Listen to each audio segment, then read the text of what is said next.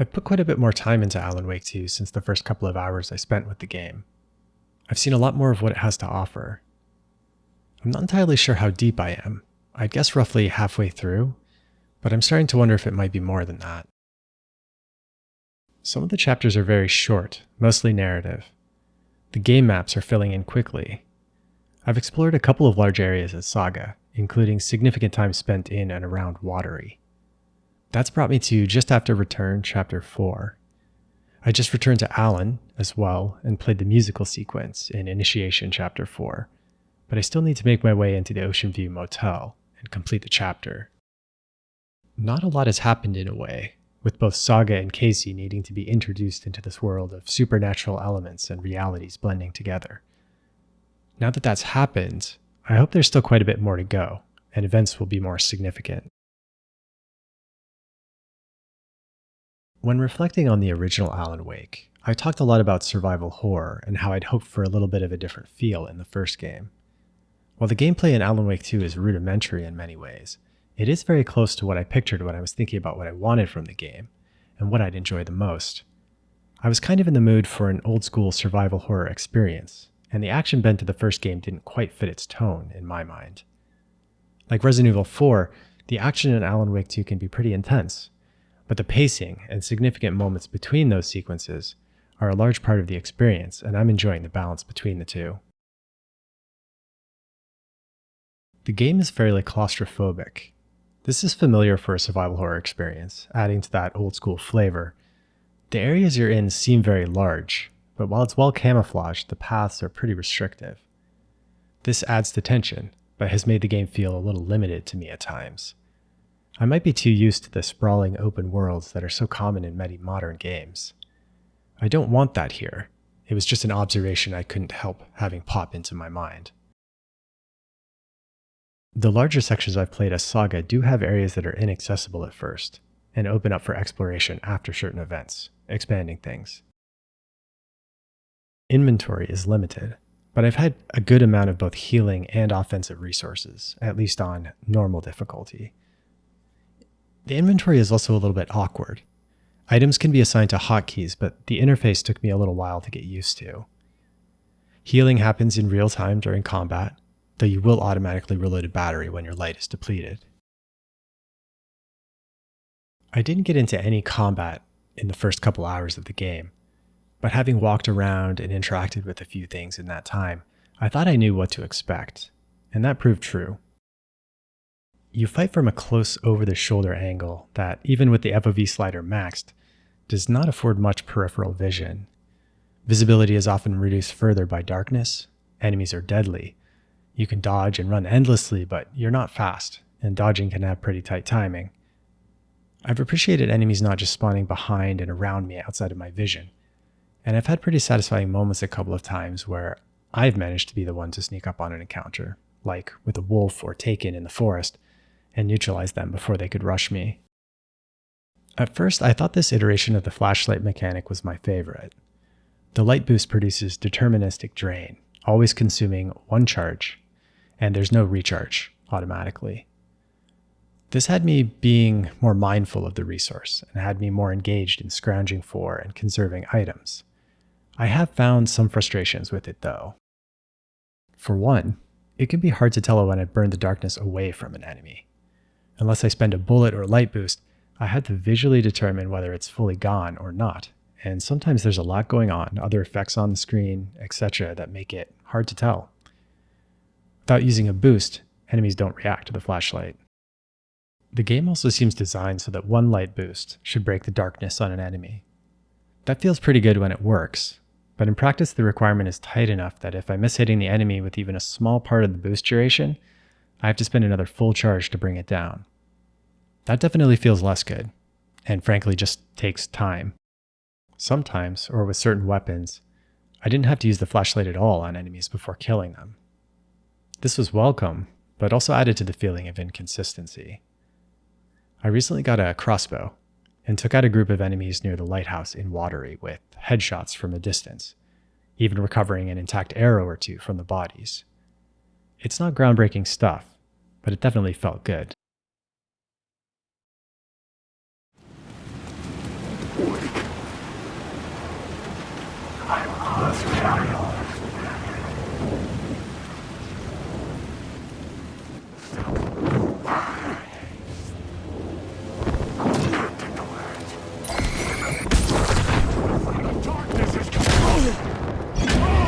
Playing as Alan, I have to admit getting frustrated with the shadow enemies in the dark place.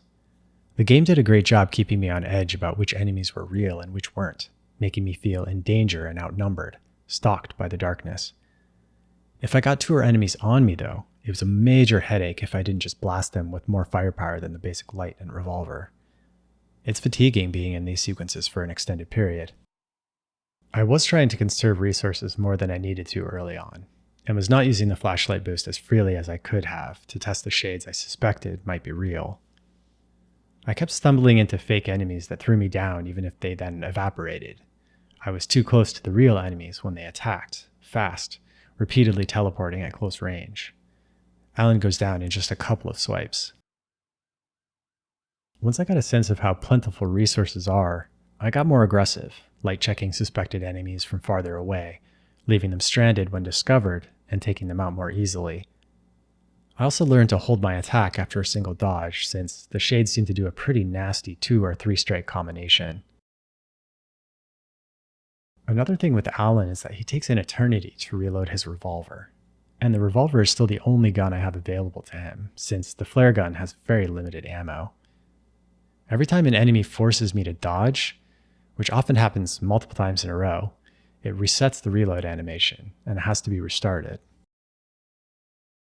Enemy head movement can also make hitting those consecutive headshots, which really help conserve ammo, tough. On the flip side, as Saga with a shotgun and upgraded 18-round pistol magazine, I took to just mag dumping into bigger enemies and bursting them down. Fun, but unlike the first game, it also made me want to come back, play again on a higher difficulty where maybe I'd need to learn some new tactics. Bonus points if there's some additional narrative to reveal on a second playthrough somehow. I'd sort of dread some of Alan's parts on higher difficulty. When I initially took control of Alan, first, it was cool to see what he was experiencing in the dark place. But second, I was a little worried that I would only or mostly play as Alan for the rest of the game. I pictured kind of a reverse Metal Gear Solid 2 situation where there's this cool new character, but they end up playing only a minor role even though the game starts with them. I'm happy to say that's not the case.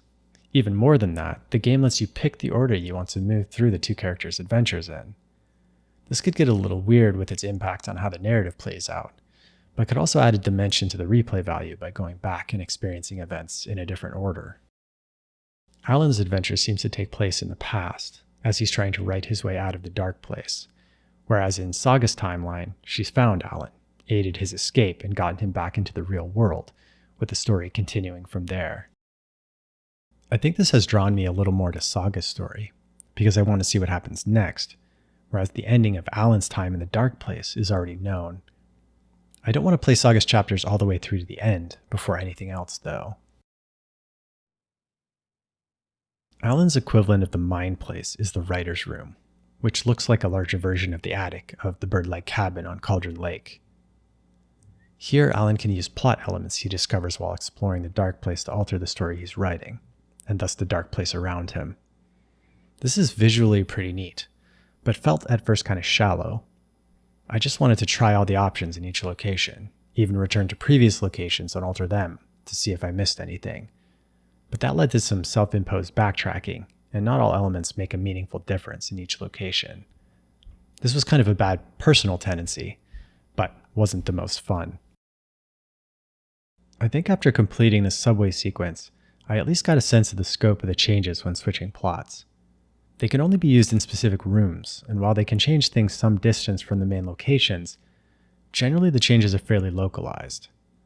That has made it a little bit easier to feel like I've seen everything there is to see, without having to check the whole level again. Saga's mind place is mostly a narrative device, whereas Alan's plot changes alter gameplay, or at least the physical world.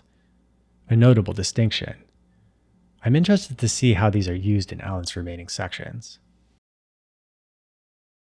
The angel lamp Alan has that captures light and acts as a sort of key in certain areas is another mechanic unique to him, and another way the environment changes, and worries me I've not fully explored everything. It's a cool effect though, and more interesting than just picking up keys or other items. I'm still not sure I understood why I acquired more lamp charges as I got deeper into the subway area, I just noticed at some point I had 4 charges instead of the one I started out with. Something else to pay attention to the next time I get to use the item. I don't think I want to touch too much on the story. Like I said earlier, while things are unfolding, it doesn't seem like a whole lot has happened yet. The FBC just showed up more overtly in Saga's storyline. That was pretty cool. And the changes happening in the world around Saga's past and daughter are haunting. The overarching idea seems to be that Return, the story we thought Alan was writing to escape the dark place, is in fact a retelling of his story by Mr. Scratch designed to torment both him and Saga. This is a story that's presently unfolding. Initiation is the story that Alan wrote in the dark place, and is what you're experiencing when playing his chapters. When I first started the game, the tone, gore, and violence was noteworthy and more intense than previous Remedy games. I was a little worried about that, but I'm happy to say that it's not been an issue, at least for me. While the game is intense and there's some shocks and jump scares, nothing since has been quite as gory as the opening. If more of that comes, I'm not sure at this point it would bother me anyway. As I continue on, I've got a few mysteries still to solve. I'm of course interested to see where the story goes. I also don't yet know how to access the lighthouse outside Watery, and I'm on the lookout for a pair of bolt cutters to reach a few areas that are currently blocked. Now, in closing, 2 quick things I wanted to touch on. What I'll call collectibles have been pretty prevalent in the game, since there are a few types of them, and the areas you're moving around aren't that large. For Saga, there are lunchboxes that unlock weapon upgrades, and rhymes that unlock charms granting some special abilities. Cult caches hold equipment and weapons. For Alan, words of power augment his abilities. These are fun to find while exploring the environment, but generally amount to very simple puzzles or just things to pick up. I think the cult caches so far have been the most fun, usually with some little puzzle to solve from information nearby or derived from the clue left with the cache. Much less fun have been the epic launcher achievements that pop up and really ruin the mood sometimes when I forget to turn them off.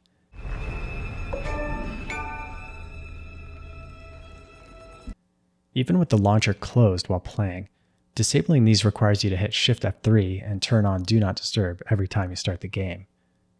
Not only did it take me a while to figure out how to disable these, but I have to remember to do it every time I run the game, or the really distracting sound and animation will play when something unlocks, completely killing the moment in-game.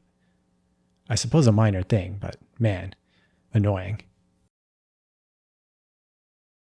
With that, this has been kind of a long one, and I think I've gone on more than long enough about my experience getting deeper into the game. I'm certainly having fun with it, learning these mechanics and seeing where the story and world takes me. I'll be continuing on from here, likely straight through to the end, and I hope I really am just around the midpoint of the game, so there's plenty more to come. As always, thanks so much for checking out the video. It's been really cool to see some views and a few comments on the channel. Appreciate that, and until next time, take care.